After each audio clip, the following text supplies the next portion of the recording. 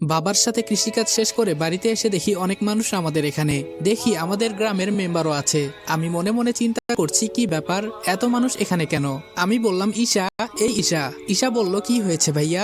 আমি বললাম এইদিকে আয় তো। ঈশা বলল কি হয়েছে? আমি বললাম আমাদের বাড়িতে এত মানুষ কেন? ঈশা বলল ভাইয়া তুমি শুনো নাই, বাবার কাছে নাকি মেম্বার 1,50,000 টাকা পায়। আমি বললাম কি এত টাকা? ঈশা বলল হুম ভাইয়া, আমি বুঝতেছি না এত টাকা কিভাবে। আমি বাহিরে এসে দেখি বাবা মেম্বার সাহেবকে বলছে আমাকে কয়েকদিন সময় দিন, আমি আপনার টাকা দিয়ে দিব। মেম্বার বলল কোনো সময় দেওয়া যাবে না, কালকের ভেতরে আমার টাকা চাই। যদি টাকা না পাই তাহলে তোমার এই বাড়িটা আমার নামে কাগজে লিখে দলিল করে দিবা। বাবা বলল দয়া করে আমাকে একটা মাস সময় দেন, আমি আপনার সব টাকা দিয়ে দিব।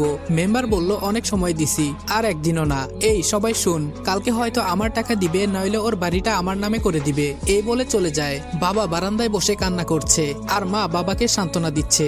আসলেই আমি বাবাকে কখনো এভাবে কান্না করতে দেখি নাই। নিজের কাছে খুব খারাপ লাগছে। কি করব আমি কিছুই বুঝতেছি না। আমি বললাম আম্মু এত টাকা কিভাবে হলো?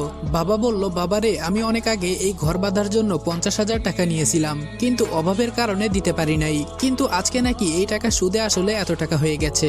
আমি এই কথা শুনে রুমে এসে বসে বসে ভাবতেছি এত টাকা তো আমি কোনোদিনই জোগাড় করতে পারবো না। কি করতে পারি? হাতের ফোনটা বিক্রি করলে হয়তো 10,000 টাকা হতে পারে, কিন্তু বাকি টাকা না। আর কিছু চিন্তা করতে পারছি না। রাতে মা ডেকে গেল খাবার খেতে, কিন্তু খেলাম না। রুমে শুয়ে শুয়ে চিন্তা করছি কিভাবে টাকা জোগাড় করব। কখন যে ঘুমিয়ে গেছি বলতে পারি না। সকালে যখন ঘুম ভাঙলো তখন শুনি আম্মু কান্না করছে। আমি তাড়াতাড়ি আম্মুর রুমে গিয়ে দেখি বাবার গলায় দড়ি ঝোলানো ফ্যানের সাথে, আর আমার মা বাবার পায়ে ধরে কান্না করছে। আমি ফ্যান থেকে বাবাকে ধরে বিছানার উপরে রাখলাম। আজকে কেন জানি মনে হচ্ছে আমাকে ছায়া দেওয়ার মতো কোনো মানুষ আর নেই। বাবাকে ধরে কতক্ষণ কান্না করলাম।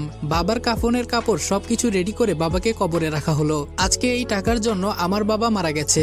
আমি ছাড়বো না কাউকে, সব কয়টাকে দেখে নিব। শুধু একটু সময়ের অপেক্ষা। আজকে প্রায় 3 দিন হয়। রাতে আমাদের বাসায় মেম্বার এসেছে। মেম্বার বলল রনি এদিকে আসো তো একটু। আমি বললাম জি আঙ্কেল বলেন।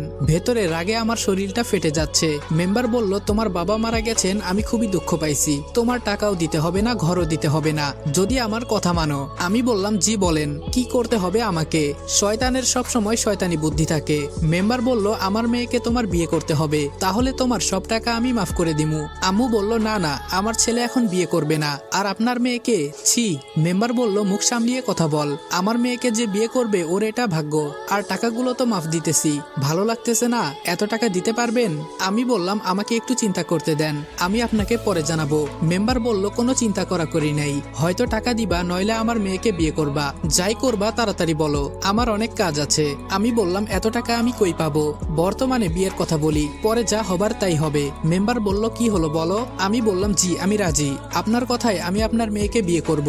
মেম্বার বলল তাহলে আমি আগামীকাল কিছু মুরব্বী নিয়ে এসে বিয়ের দিন তারিখ ঠিক করবো নে, তাহলে আজকে আমি উঠি। এই বলে চলে গেল। আম্মু বলল বাবা তুই এটা কি করলি? তোর বাবার জন্য তুই কুরবানি হতে চাস কেন? ঈশা বলল ভাইয়া তুই এই মেয়েকে বিয়ে করিস না, এই মেয়ের চরিত্র খারাপ। মাহি ছেলেদের সাথে যা ইচ্ছা তা করে বেড়ায়। আমি বললাম বোন বাদ দে, এসব হয়তো আমার কপালে লেখা ছিল।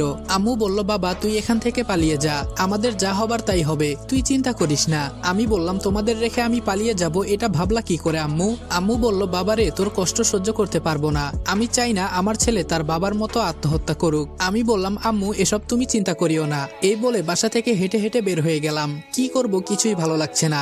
জেনে শুনে একটা ফালতু মেয়েকে বিয়ে করব। রাত 8টার মতো হয়ে গেছে। বাঁশবাগান দিয়ে হেঁটে হেঁটে বাড়িতে আসছি। হঠাৎ একটা মেয়ের কণ্ঠে আওয়াজ শুনলাম।